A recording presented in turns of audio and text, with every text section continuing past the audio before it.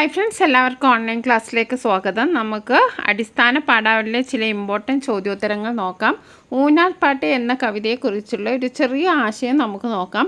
സ്നേഹത്തിൻ്റെ പ്രകാശമാണ് ജീവിതത്തെ സുന്ദരമാക്കുന്നത്. സ്നേഹത്തിൻ്റെ പ്രകാശമാണ് ജീവിതത്തെ സുന്ദരമാക്കുന്നത്. ഒരു കുടുംബത്തിലെ സ്നേഹം നിറഞ്ഞ ചില നിമിഷങ്ങളെ അവതരിപ്പിക്കുന്ന കവിതയാണ് കടമ്മനിട്ട രാമകൃഷ്ണൻ്റെ ഊഞ്ഞാൽ പാട്ട്.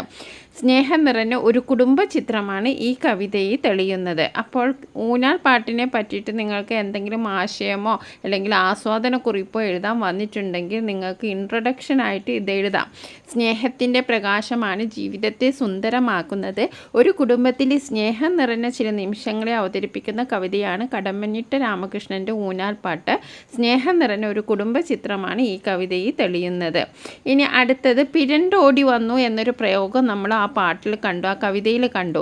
എന്താണ് പിരണ്ടോടി വന്നു എന്നതുകൊണ്ട് ഉദ്ദേശിക്കുന്നത്? അച്ഛനെ കണ്ട ഉടനെ എഴുന്നേറ്റു ഓടി വന്നു. ആ വരവിൽ സ്ഥലകാല ബോധം പോയി വീണു. ഇനി അടുത്തത് തേൻതുള്ളി. തേൻതുള്ളി എന്ന പ്രയോഗം കൊണ്ട് അർത്ഥമാക്കുന്നത് എന്താണ്? തേൻതുള്ളി എന്ന് പറഞ്ഞാൽ ഉള്ളിൻ്റെ ഉള്ളിലെ തേൻതുള്ളി എന്ന പദത്തിൻ്റെ അർത്ഥം എന്താണ്? മനസ്സിൽ യാതൊരു കളങ്കവുമില്ലാത്ത സ്നേഹം. ഇനി അടുത്തത് ചിറ്റുള്ളി പല്ല്. ചിറ്റുള്ളി പല്ല് എന്ന് പറഞ്ഞാൽ ചെറിയ കുഞ്ഞിപ്പല്ല്. ഇനി താമരത്തണ്ട് എന്ന പ്രയോഗം കൊണ്ട് അർത്ഥമാക്കുന്നത് എന്താണ്? നീളമുള്ള ഭംഗിയുള്ള കൈകളെയാണ് താമരത്തണ്ട് എന്ന പ്രയോഗം കൊണ്ട് അർത്ഥമാക്കുന്നത്. ഓക്കെ. ഇനി തൂവൽ ചിക്കൽ എന്ന് പറഞ്ഞാൽ അണിനൊരുങ്ങുക. പിച്ച വെച്ചു എന്ന് പറഞ്ഞാൽ പതുക്കെ പതുക്കെ നടന്ന്. അതായത് പിതാവിനെ കണ്ടപ്പോൾ കൊച്ചുമകന് പിച്ച വെച്ച് നടന്നു വന്നു എന്നാണ് പറയുന്നത്. ഇനി ഉണ്ടി മോഹങ്ങൾ എന്ന പ്രയോഗത്തിൻ്റെ അർത്ഥം എന്താണ്? ചെറിയ മോഹങ്ങൾ. ഇനി കൊഞ്ഞ കൂമ്പി എന്ന് പറഞ്ഞാൽ കൊഞ്ഞിയുള്ള കുട്ടികളുടെ സംസാരം. അതിനെയാണ് കൊഞ്ഞ കൂമ്പി എന്ന് പറയുന്നത്. കൊച്ചു പൂവിൻ പടങ്ങൾ എന്ന് പറഞ്ഞാൽ എന്താണ്? തോളത്ത് ഇങ്ങനെ ചുമലിൽ കിടത്തിയാൽ അവിടെ അവർ കടിക്കും. അപ്പോൾ തോളിൽ കിടക്കിയ ഒരു പൂവിൻ്റെ പടം പോലെയാണ് തോന്നുക. അപ്പോൾ കൊച്ചു കുട്ടികൾ തോളിൽ സ്വാഭാവികമായിട്ട് കിടക്കും. അവയുടെ പല്ല് പതിയുന്നിടത്ത് പൂക്കൾ പോലെ വരകൾ ഉണ്ടാകും. ഇനി പ്രാർത്ഥനാ നാളം എന്ന പദം കൊണ്ട് കവി ഉദ്ദേശിക്കുന്നത് എന്താണ്? എന്തുകൊണ്ടാണ് ഈ പദത്തിന് ഉപയോഗിച്ചത്? കുടുംബത്തിൻ്റെ നന്മയ്ക്ക് വേണ്ടി സദാ പ്രാർത്ഥിക്കുന്ന മാതാവ്, അതിനുവേണ്ടി സ്വന്തം സുഖങ്ങൾ മാറ്റിവെച്ച് എല്ലാം സഹിക്കുന്ന അമ്മ, വീട്ടിലെത്തുന്ന അച്ഛൻ്റെ മുന്നിൽ മക്കൾ നടത്തുന്ന സ്നേഹപ്രകടനങ്ങൾ കണ്ട് ആനന്ദിക്കുകയും നിർവൃതി കൊള്ളുകയുമാണ് ആ അമ്മ. പ്രാർത്ഥനാ നാളം എന്നതിൽ ഒരു തിരിപോലെയുള്ള മാതാവിൻ്റെ സൗന്ദര്യവും സ്നേഹവും നിർവൃതിയും വ്യക്തമാക്കുന്നു. അപ്പോൾ ഇവിടെ പ്രാർത്ഥനാ നാളം എന്നുദ്ദേശിക്കുന്ന അമ്മയെയാണ്. ഉഷ്ണമാണ് എൻ്റെ മക്കളെ, ദേഹത്ത് ഉപ്പ് നാറും തുടച്ചിട്ടെടുക്കാം. ഈ വാക്കുകളിൽ തെളിയുന്ന ഭാവം എന്താണ്? സങ്കടമാണോ, വെറുപ്പാണോ, വാത്സല്യമാണോ, ദുഃഖമാണോ? വാത്സല്യമാണ്. ഓക്കെ. ചെറ്റകന്നോ നിറഞ്ഞോ തുളുമ്പി നിൽക്കുകയാണ് ഒരു പ്രാർത്ഥനാ നാളം. ഇവിടെ പ്രാർത്ഥനാ നാളം എന്ന് വിശേഷിപ്പിച്ചിരിക്കുന്ന ആരെയാണ്? അച്ഛനെ, അമ്മയെ, മകനെ, മകളെ. ആരെയാണ്? അമ്മയെ. ഇനി അടിവരയിട്ട ഇനി അടുത്ത പൊരുൾ വിശദമാക്കാനാണ്. കാറ്റിനെന്ത് സുഗന്ധം, കറുത്ത തൂവൽ ചിക്കി കുയിൽ പാടുന്നു. കാറ്റിന് സുഗന്ധമുണ്ടെന്ന് കുയിൽ പാടുന്നത് എന്തുകൊണ്ടാവാം? പൊരുൾ വിശദമാക്കുക. ഒരു കുടുംബത്തിലെ സ്നേഹം നിറഞ്ഞു തുളുമ്പുന്ന അന്തരീക്ഷത്തെയാണ് കവി ഈ വാക്കുകളിലൂടെ വ്യക്തമാക്കുന്നത്. ജോലി കഴിഞ്ഞ് ക്ഷീണിച്ച് വീട്ടിലെത്തുന്ന അച്ഛനെ കുട്ടികൾ സ്നേഹത്തോടെ സ്വീകരിക്കുന്നു. അതുപോലെ അച്ഛൻ്റെ സ്നേഹം അവരിലേക്കും പടരുന്നു. ഇവരുടെ സ്നേഹവാത്സല്യങ്ങൾ പങ്കിടുന്നത് കണ്ട് അമ്മ പ്രാർത്ഥനയോടെ നിൽക്കുന്നു. ഈ സ്നേഹാന്തരീക്ഷം കണ്ടിട്ട് കവി പറയുകയാണ്, ഇവിടെ കുയിൽ പാടുകയാണ്, കാറ്റിന് പോലും സുഗന്ധമുണ്ട്. അതായത് സ്നേഹത്തിൻ്റെ ഇളം കാറ്റാണ് ഇവിടെ വീശുന്നത് എന്ന് വിശദമാക്കാനാണ് കാറ്റിന് പോലും സുഗന്ധമുണ്ട് എന്ന് പറയുന്നത്. ഇനി അടുത്തത് കുറിപ്പ് തയ്യാറാക്കാനാണ്. താമര തണ്ടറിഞ്ഞു കുതിച്ചു നെറ്റിയിൽ നീറി നിൽക്കും അഴുക്കി നീറ്റുകൾ കുഞ്ഞു ചുണ്ടാൽ തുടപ്പു ആ ചെറ്റകന്നോ നിറഞ്ഞു തുളുമ്പി നിൽക്കുകയാണ് പ്രാർത്ഥനാ നളം. നിങ്ങൾ പരിചയപ്പെട്ട ഊഞ്ഞാൽപ്പാട്ട് എന്ന കവിതയിലെ വരികളാണ്. വാക്കുകൾ കൊണ്ട് കടമനിട്ട് വരച്ച ചിത്രത്തിൽ സ്നേഹത്തിൻ്റെ ഒത്തിരി നിമിഷങ്ങളെ നാം വായിച്ചെടുക്കാനാവുന്നുണ്ടല്ലോ. ഈ സ്നേഹത്തിൻ്റെ ഇങ്ങനെയുള്ള ഒട്ടേറെ അനുഭവങ്ങൾ നിങ്ങൾക്കും ഉണ്ടാകും.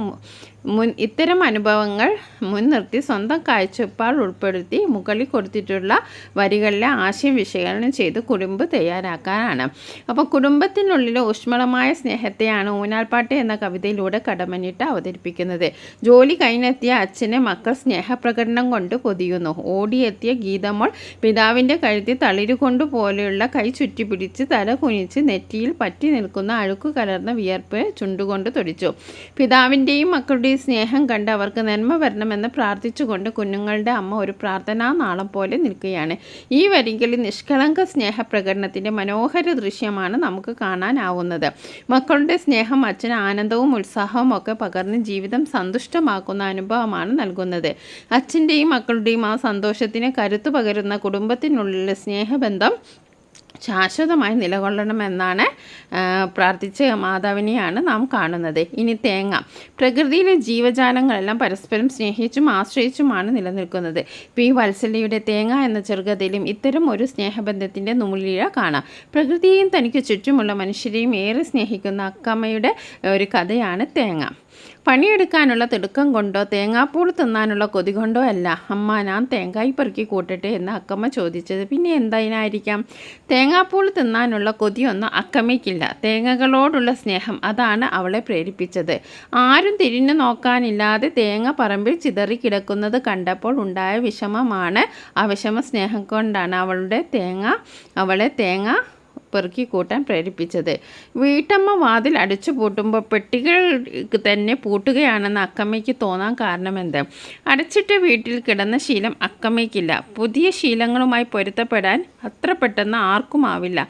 അതുകൊണ്ടാണ് താനൊരു ചെറിയ പെട്ടിയിലാണെന്നും ഒരു പെട്ടി കൊണ്ട് തന്നെ മൂടിയിരിക്കുകയാണെന്നും അവൾക്ക് തോന്നിയത്.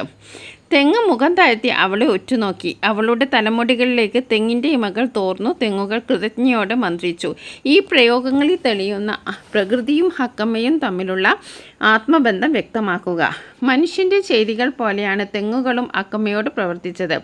തെങ്ങിനെ മനുഷ്യനെ പോലെയാണ് ചെറുകഥാകൃത്ത് ഇവിടെ അവതരിപ്പിച്ചിരിക്കുന്നത്.